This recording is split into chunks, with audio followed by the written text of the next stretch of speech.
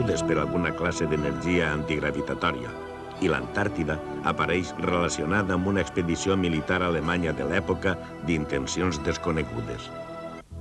Semblava que per a la nostra espècie no n'hi havia prou amb armes atòmiques extraterrestres. Damunt havia de suportar a uns segrestadors d'alta tecnologia que vivien en una invulnerable fortalesa submarina, dedicats, com els pirates, a apoderar-se de persones, barcos i avions. La llista de desaparicions és realment impressionant i està bastant ben documentada des de l'última dècada del segle passat.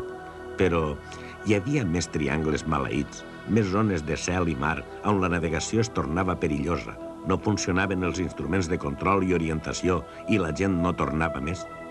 La resposta era afirmativa i una d'eixes zones misterioses la tenim molt a prop. En començar la dècada dels 80, Steven Spielberg, el gran fabricant de somnis nord-americà, li ha donat la volta al mite del Triangle de les Bermudes, de diabòlic a benèfic. En dos escenes d'una pel·lícula popularíssima, Encuentros en la tercera fase, reapareix en el mateix desert de Gobi, el Cotopaxi, un barco perdut al famós triangle en desembre de 1925.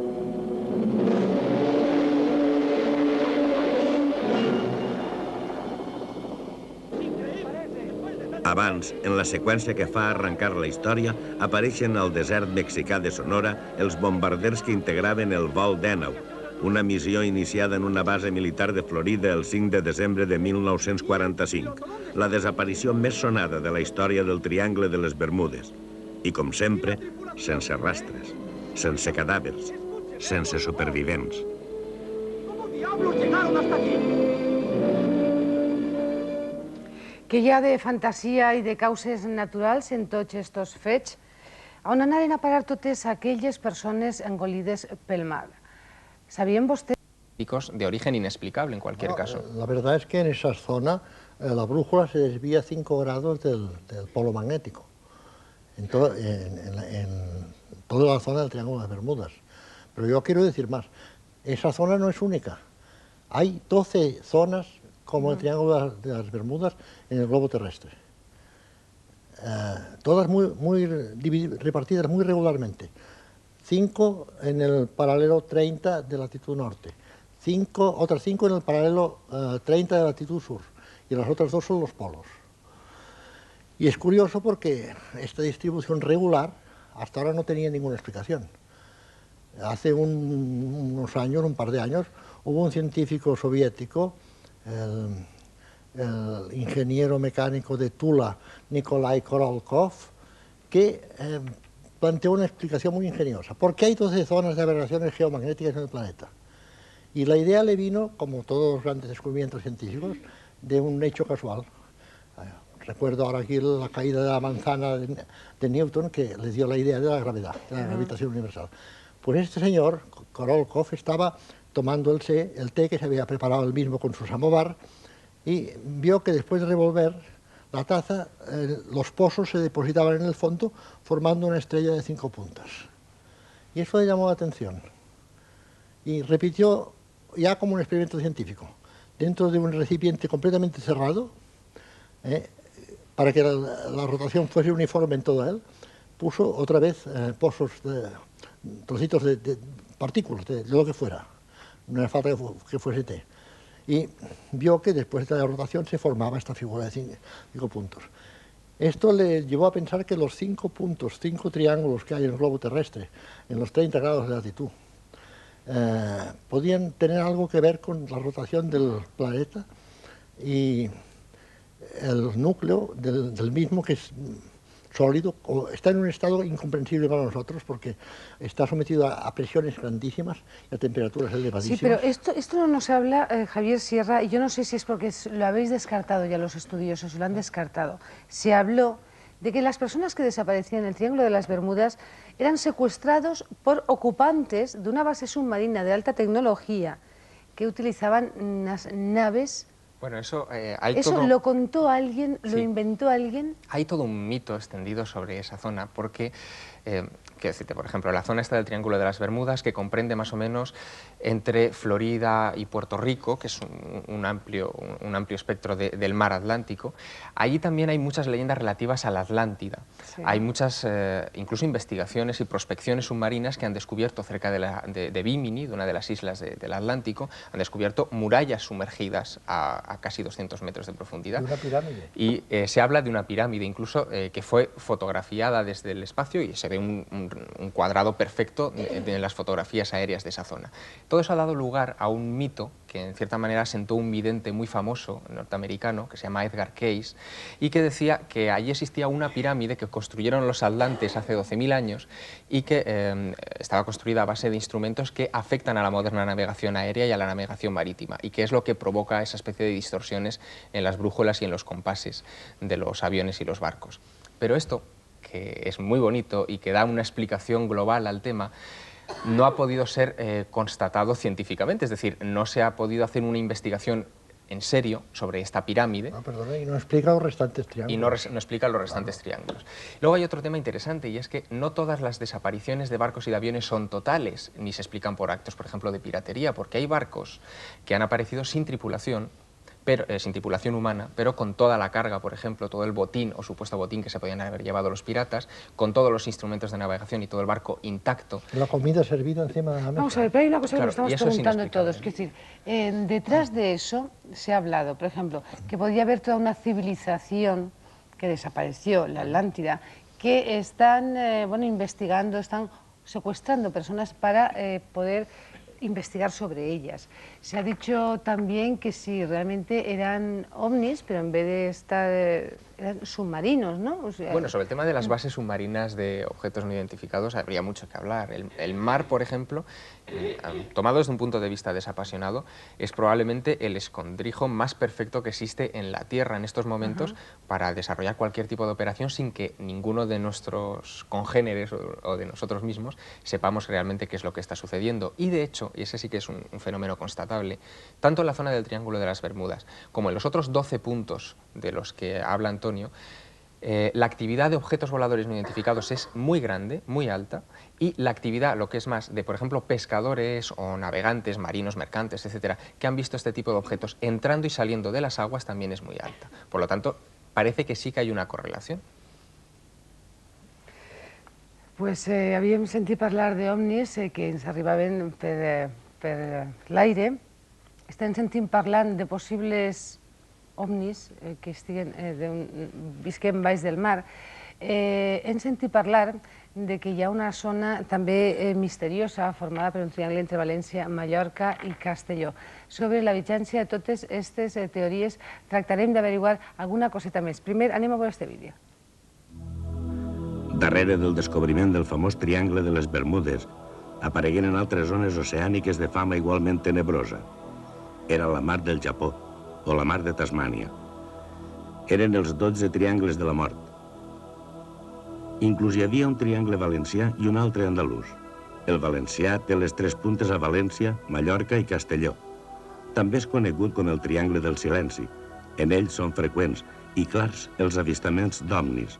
Alguns sostenen que els coloms perden fàcilment el rumb a causa de les pertorbacions magnètiques.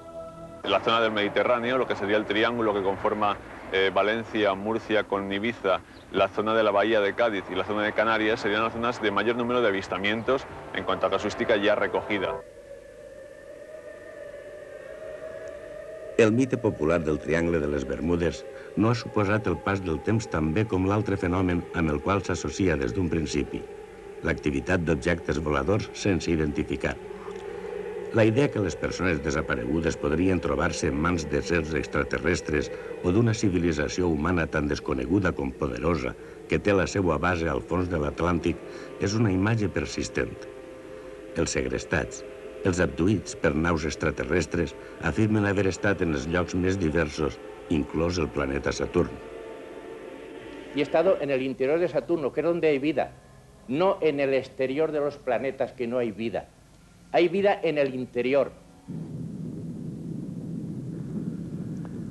Generadors d'energia de la perduda Atlàntida o piràmides de poder a 400 metres de fondària podrien ser, al remat, manifestacions tan naturals i pròpies d'una mar perillosa, sacsejada per terribles tempestes i huracans, amb fortes pertorbacions de l'atmosfera.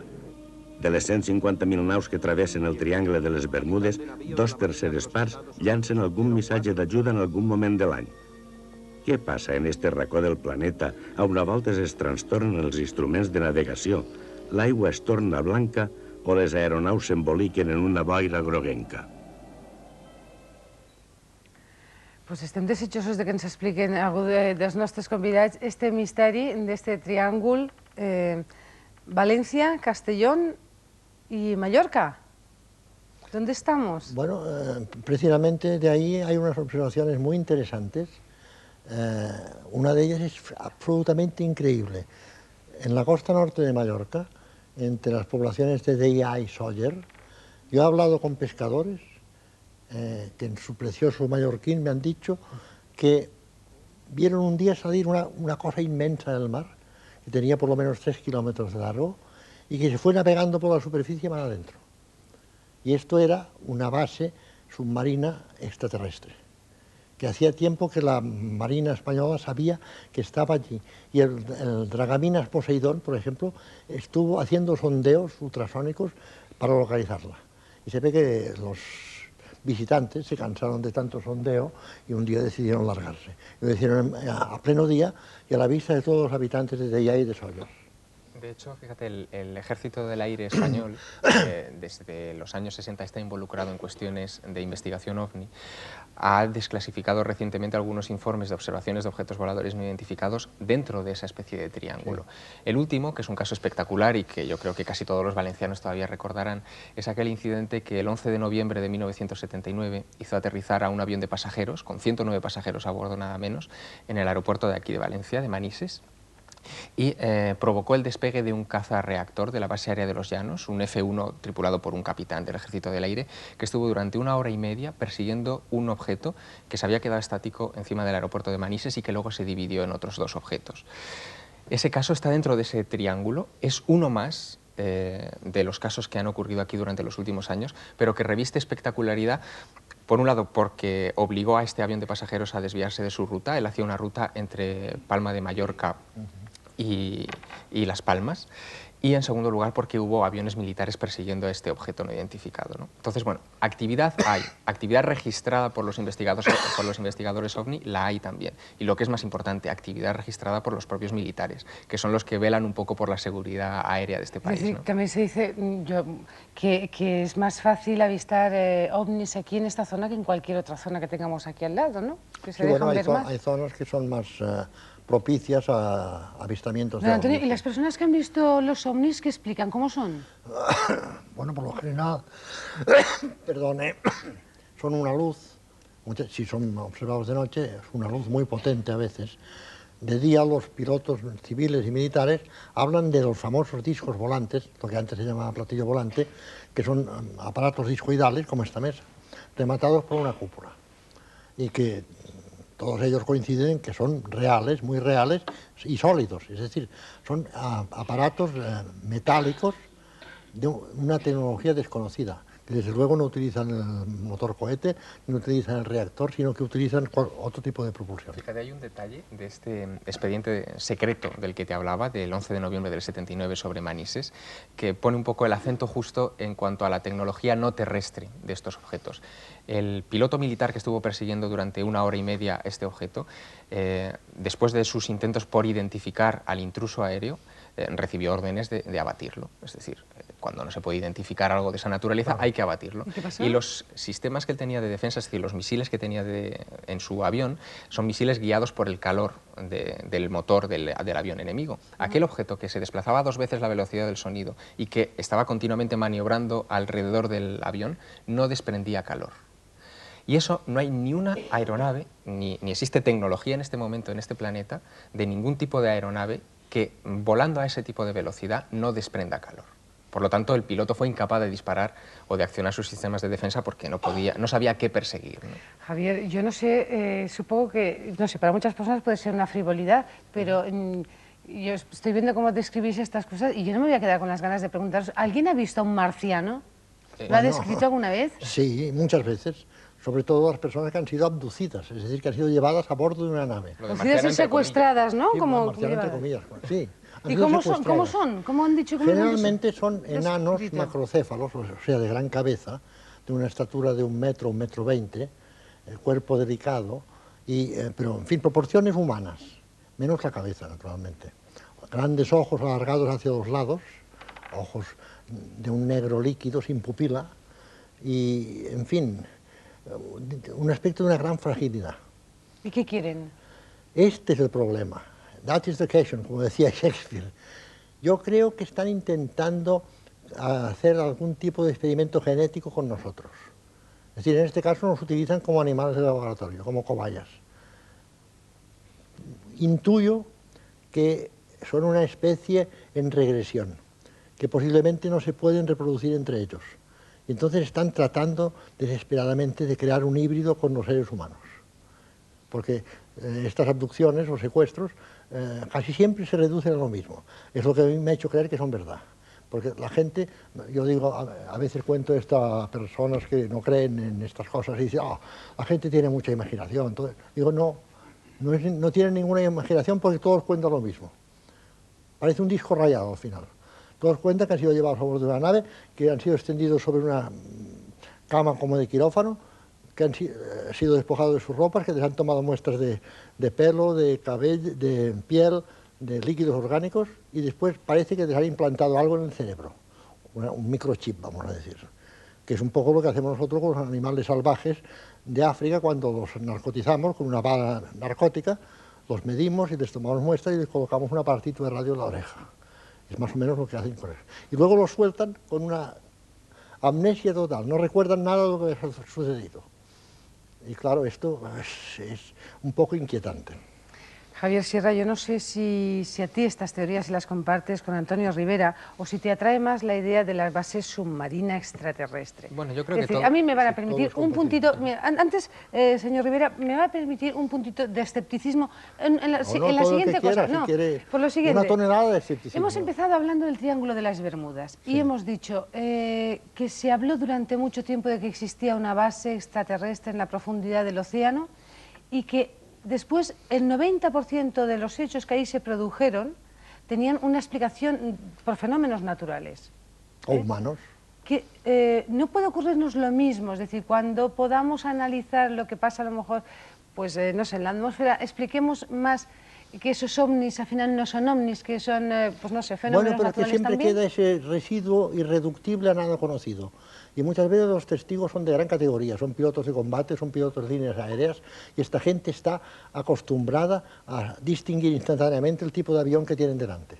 O sea que si un piloto militar le dice a usted que lo que ha visto es desconocido para él, es que es desconocido y es que es un no identificado, no hay duda. Javier, ¿para ti sigue vigente esta teoría de esta base submarina extraterrestre, tanto en el Triángulo de las Bermudas como en otros triángulos? Bueno, la verdad es que ahí el adjetivo es lo que me preocupa, es decir extraterrestre, base submarina extraterrestre, es lo que me preocupa porque la extraterrestre es probablemente la más plausible de todas las hipótesis a la hora de enfrentarnos al fenómeno OVNI, pero no es la única. No, claro. Y bueno, yo me muestro siempre muy cauto en cuanto a bases o a localizaciones concretas se refiere. Yo pienso que el fenómeno OVNI, por su propio comportamiento, es ajeno un poco a ese tipo de anclajes tan humanos, ¿no? Es decir, tenemos un chalet en Mallorca y un apartamento en Madrid, pues casi se les está aplicando esa mentalidad a este fenómeno del que no comprendemos su naturaleza y su comportamiento. Ahora bien, lo que es evidente es que el fenómeno OVNI es un mosaico muy complejo, donde entran en juego este tipo de observaciones, por ejemplo, en las zonas triangulares, si es que las queremos llamar así, entran en juego este tipo de fenómenos como las abducciones y entran en juego fenómenos como las apariciones de humanoides, es decir, donde no hay secuestro, pero aparecen este tipo de entidades y vistas por personajes de gran credibilidad. Vuelvo un poco, aunque sea reiterativo, al tema de los expedientes secretos que el Ejército del Aire está haciendo públicos en estos últimos años, ¿no? Estos 2 últimos años. Hay otro expediente que acaba de ver la luz del año 76 en Galdar, en Gran Canaria, en el que un taxista acompañado de un doctor pudieron ver, mientras este médico acudía a una urgencia médica, una gran esfera de luz enfrente de la carretera, Y dentro de la esfera, que era una esfera semitransparente, pudieron ver dos figuras altas, de casi o sea, una de ellas de más de 2 metros de altura y otra un poquito más bajita, alrededor de una mesa. La esfera empezó a hacerse grande, grande, grande, salió despedida hacia el cielo y otros testigos, entre ellos varios militares, incluso un buque insignia de la Armada Española, pudieron ver esa esfera saliendo desde Gran Canaria. Aquí no hay duda, es decir, los testigos vieron esos humanoides, otros testigos circunstanciales de las islas vieron un objeto saliendo de la misma, se elaboró un expediente militar donde se consignaba toda la historia con pelos y señales e incluso, ese es el detalle más curioso, se obligó al testigo principal, a este doctor que vio a los humanoides, los militares en aquella época del año 76, obligaron a que guardase silencio bajo la amenaza de que si contaba esto a los medios de comunicación, ellos se encargarían de inhabilitarle de su cargo como doctor, acusándole de loco. Es decir, que ha habido muchas historias alrededor de este tema y muchos testigos de calidad que han estado enfrente de este tema. Hemos comenzado esta entrevista diciendo por qué de repente todos nos interesamos por el Triángulo de las Bermudas, que nos pilla miles de kilómetros de aquí, y hemos llegado a la conclusión que fue un fenómeno de lanzamiento de libros. Ahora de repente nadie habla del Triángulo de las Bermudas. Es decir, bueno, ¿nos interesa, existen en la medida que existen las editoriales? No, esos fenómenos no los crean las ¿O editoriales. es que ya no cree nadie en el Triángulo de las Bermudas, ya no interesa a nadie? Bueno, simplemente que no piensan en ello. Pero el fenómeno sigue existiendo, el Triángulo de las Bermudas está ahí, como están los otros 11 triángulos restantes, están ahí. Quizá ahí lo que haya influido también haya sido el avance en cuanto a los sistemas de medición, sistemas de navegación electrónica, etcétera, que se han desarrollado desde los años 70, que es la época dorada del Triángulo de las Bermudas, hasta hoy. Porque, de hecho, en esas zonas triangulares, por decirlo de alguna manera, siguen habiendo aberraciones geomagnéticas y los pilotos que siguen pasando por esas zonas siguen constatando que existen alteraciones en los sistemas de navegación. Pero quizá por ser sistemas más sofisticados no se producen las desestabilizaciones, por ejemplo, durante un vuelo, incluso la pérdida de aviones, porque los sistemas de navegación se han perfeccionado. Yo estuve hace un año, precisamente en estas fechas se cumple un año, en Fort Lauderdale, en Florida, que es la base desde donde se lanzaron aquellos 5 aviones de los que hablábamos al principio y que iniciaron el mito del Triángulo de las Bermudas. Sí. Y todavía alrededor de Fort Lauderdale y de los puertos recreativos que hay alrededor de esa zona en Florida, siguen poniéndose carteles de barcos desaparecidos, de avionetas que han desaparecido en la zona, se ofrecen recompensas. Y uno ya no sabe, incluso los propios habitantes de Florida ya no saben qué pensar, ¿no? Si se trata de los extraterrestres que han secuestrado a estos barcos, si se trata de los piratas de los que hablaba Antonio, o si se trata de un fenómeno natural que no se conoce con exactitud y que ha hecho que estos barcos desaparezcan o estos aviones. Hay una cosa que es evidente, es decir, toda esa zona está barrida por lo que llaman la corriente del Golfo. Y es una corriente muy poderosa, de tal manera que si un barco naufraga, y pasan 2 horas desde el momento del naufragio hasta el momento en que llegan los equipos de rescate, la propia corriente del Golfo se ha encargado de barrer la mayoría de los restos hacia el interior del océano y ya no se encuentran esos restos. Entonces, equilibrando las hipótesis naturales y las hipótesis extranaturales, nos quedamos con que sí que hay un porcentaje de misterio, pero es pequeñito. Bueno, yo quería añadir que no empieza todo en el 45, Cuidado. Hay observaciones mucho más antiguas, el Rosalía, por ejemplo. Hay una lista bastante completa de barcos perdidos en el siglo pasado, sí, y que no se sabe lo que ocurrió con ellos. Incluso nos podemos remontar al famoso Sea Venture, un barco del siglo XVII, que inspiró luego a Shakespeare su famosa obra La Tempestad. La Tempestad habla de unos náufragos que llegan a una isla y está inspirada en el naufragio del Sea Venture, que se perdió también en el Triángulo de las Bermudas. Solo que entonces las editoriales no se dedicaban a promocionar tanto los libros.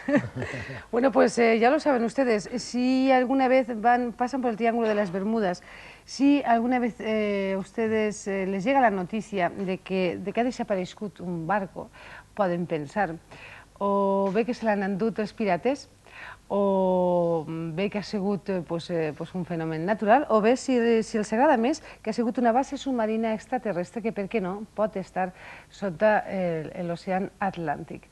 Ha sigut un plaer parlar amb vostès dos, ens han ensenyat una miqueta més, ens quedem en el dubte que jo crec que això és bo per avançar, ¿no?